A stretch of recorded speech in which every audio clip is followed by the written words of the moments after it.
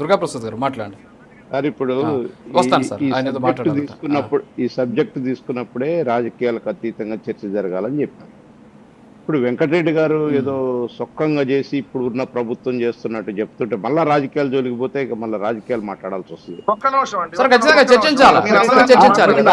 నేను చెప్తాను, నేను మీరు పోస్టింగ్ గురించి చెప్పారు, నేను మీకు వాట్సాప్ రాజుగారు మీకు నేను వాట్సాప్ చేస్తాను. చెప్పండి.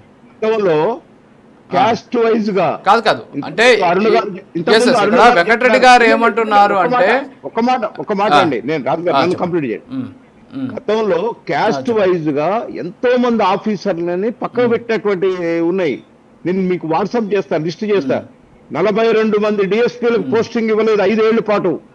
నేను అదే కదా చెప్తుంది, రాజకీయ వ్యవస్థ అరుణ గారు ఫస్ట్ చెప్పినారు కులంతో కూడా పనిచేస్తుందని. అదే అందుకనే ఈ పార్టీ ఆ పార్టీ అని మేము దాన్ని ఏం కాంబినేట్ చేయాలి. కానీ దీనికి ఏదో పెద్ద వెంకటరెడ్డి గారు వచ్చి మళ్ళీ ఏదో వాళ్ళు ఏదో చేసిన ఏమండి, ఎంతమంది పోయినసారి ఆఫీసర్లు మీరు అన్నట్టు మీ వైసీపీ సొక్కా వేసుకొని పనిచేయలేదండి, ఉన్నారు. నేను అదే అంటున్నా, ఇందులో ఉన్నారు అందులో ఉన్నారు. ఈ వ్యవస్థ ఎట్లా పోవాలి అనేది దానికి చర్చ చేయాలి, కానీ దాన్ని తోడుకుంటే ఎట్లా వస్తుంది?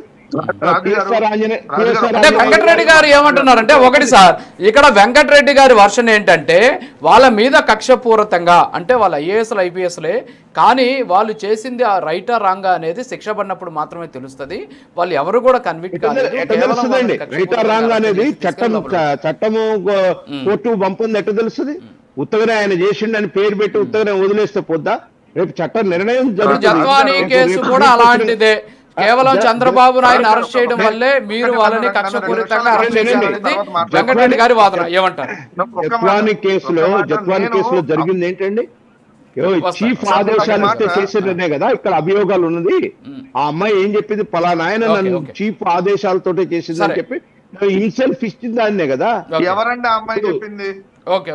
అమ్మాయికి నోవాటల్లో సెక్యూరిటీ కల్పిస్తా, స్పెషల్ ఫ్లైట్ వేసి పంపిస్తా, మీ తెలుగుదేశం వాళ్ళు అక్రమ కేసు కాస్త అక్రమ కేసు అయిద్దా? దేశవ్యాప్తంగా అమ్మాయి పలు చోట్ల కేసులు ఉన్నాయి అని ట్రాప్ చేసిందని చెప్పి దేశవ్యాప్తంగా నమోదైన కేసులు. మళ్ళీ దయచేసి మీరు ఆమె వెనకేసుకు రావద్దు. జత్వాని వెనకేసుకొస్తే మాత్రం చాలా సీరియస్ గా నేను కూడా స్పందించాల్సి వస్తుంది. ఇంకా ఎవరన్నా నిజాయితీ కలిగినటువంటి మహిళలు ఉంటే వాళ్ళని వెనకేసుకురండి. డెఫినెట్లీ అప్పుడు మా తప్పని ఒప్పుకుంటాం. జత్వాని చరిత్ర ఎవరో తెలియదు, ఆపేయండి అండి. ఇంకా జత్వాని చరిత్ర డిబేట్ సరిపోతుంది.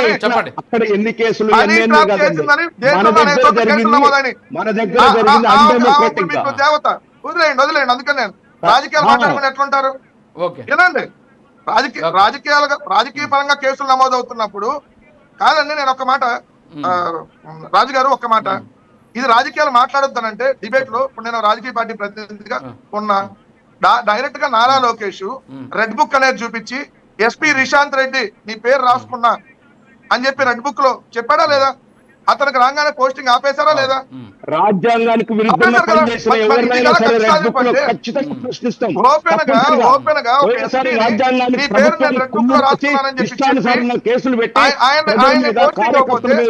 మరి రాజకీయ వ్యవస్థ ప్రభావితం చేస్తుందనే కదా అనేది. అవును కదా, రాజకీయ అధికారంలో ఉన్నప్పుడు ఇష్టానుసారం చేపించినావు కాబట్టి వాళ్ళు అనుభవిస్తున్నారు. ఇప్పుడు చెప్తే ఎట్లా? నువ్వు చేయకుండా ఉండాలి, నువ్వు ఆఫీసర్ చేయకుండా ఉంటే వాళ్ళ మీద కేసులు కావు. నువ్వు ఇష్టానుసారం నువ్వు అధికారంలో మన నిజాలు మాట్లాడు. చంద్రబాబు నాయుడు గారు ఏమన్నా ఐఏఎస్ ఐపీఎస్ తిట్టారా? ఏమన్నా కొట్టారా? మీరు దారుణంగా మాట్లాడతారా? ఒప్పుకుందాం, రాజకీయ నాయకులు ప్రభావితం చేస్తున్నారు.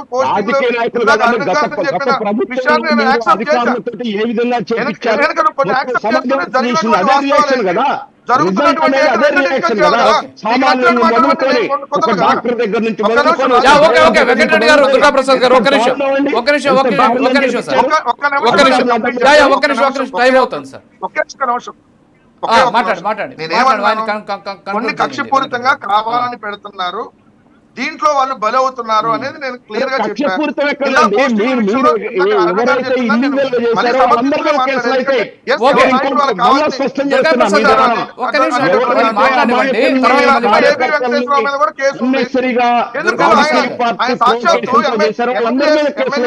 ట్యాపింగ్ చేశాడు.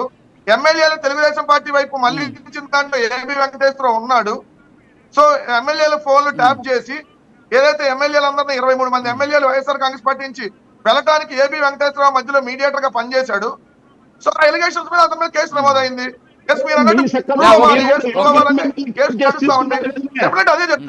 సార్ ఒక్క నిమిషం, టైం అవుతుంది మనకు, అనవసరంగా టైం వేస్ట్ అవుతుంది, మిగతా కూడా అవకాశం ఇవ్వాలి.